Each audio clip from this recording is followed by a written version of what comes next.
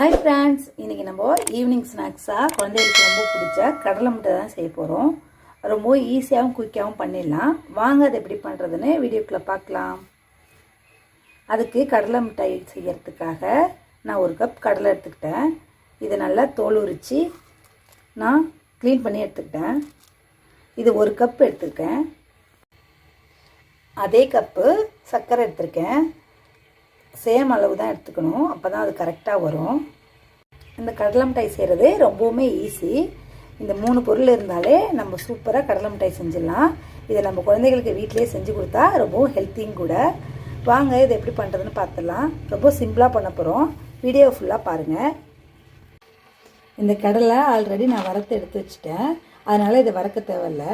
நீங்கள் வறுக்காமல் இருந்தால் நீங்கள் வறுத்து எடுத்துக்கோங்க. அடுப்பில் கடாயை வச்சுருவோம். இதில் 1/2 ஸ்பூன் நெய் ஊற்றிக்கிறேன்.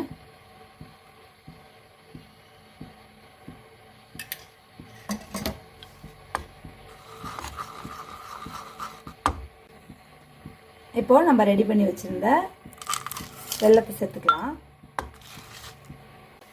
அதே கப்பால் 1/2 கப் தண்ணி சேர்த்துப்போம். ரொம்ப தண்ணி சேர்த்துடக்கூடாது. வெல்லம் நல்லா கரையணும். இதை நல்லா மிக்ஸ் பண்ணிட்டு இருக்கோம். வெல்லம் நல்லா கரையட்டும்.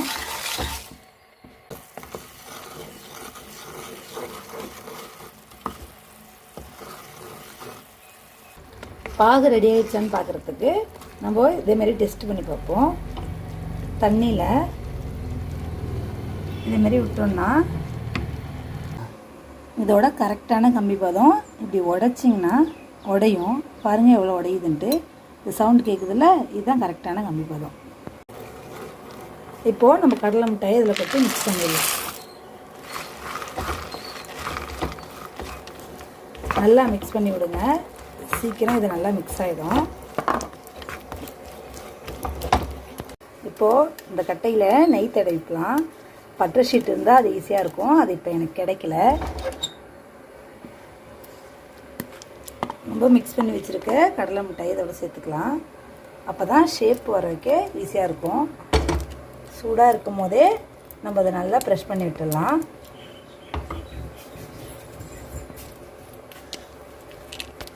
இல்லைன்னா அந்த ஷேப் நம்ம கொண்டு வர முடியாது. நல்லா ஹீட்டாக இருக்கும் போதே இதை நம்ம கட் பண்ணி வச்சுருவோம். இல்லைன்னா கட் பண்ணுறதுக்கு ரொம்ப சிரமமாக இருக்கும். நம்மளுக்கு எந்த ஷேப் வேணுமோ அந்த ஷேப்பில் கட் பண்ணிக்கலாம்.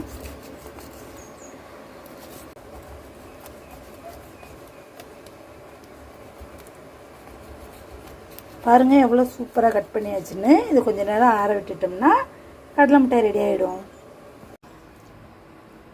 அவ்வளோதான், கடலை மிட்டாய் ரெடி ஆகிடுச்சு. இதை நம்ம பீஸாக பிரித்து எடுத்துடலாம். பாருங்கள் எவ்வளோ சூப்பராக கடலை மிட்டாய் ரெடியாக இருக்குன்னு. கண்டிப்பாக நீங்களும் வீட்டில் ட்ரை பண்ணி பாருங்கள். ட்ரை பண்ணி பார்த்துட்டு குழந்தைங்களுக்கு கொடுங்க. அவ்வளோதான் ஃப்ரெண்ட்ஸ், கடலை மிட்டாய் ரெடி ஆகிடுச்சு. இதேமாரி ஒரு பாக்ஸில் போட்டு ஸ்டோரேஜ் பண்ணி வச்சுட்டு நம்ம குழந்தைங்களுக்கு கொடுக்கலாம். கண்டிப்பாக நீங்களும் வீட்டில் ட்ரை பண்ணி பார்த்துட்டு கமெண்ட் பண்ணுங்கள். இந்த வீடியோ பிடிச்சிருந்தா லைக் அண்ட் ஷேர் பண்ணிவிட்டு நம்ம சேனலை சப்ஸ்கிரைப் பண்ணுங்கள். தேங்க்ஸ் ஃபார் வாட்சிங்.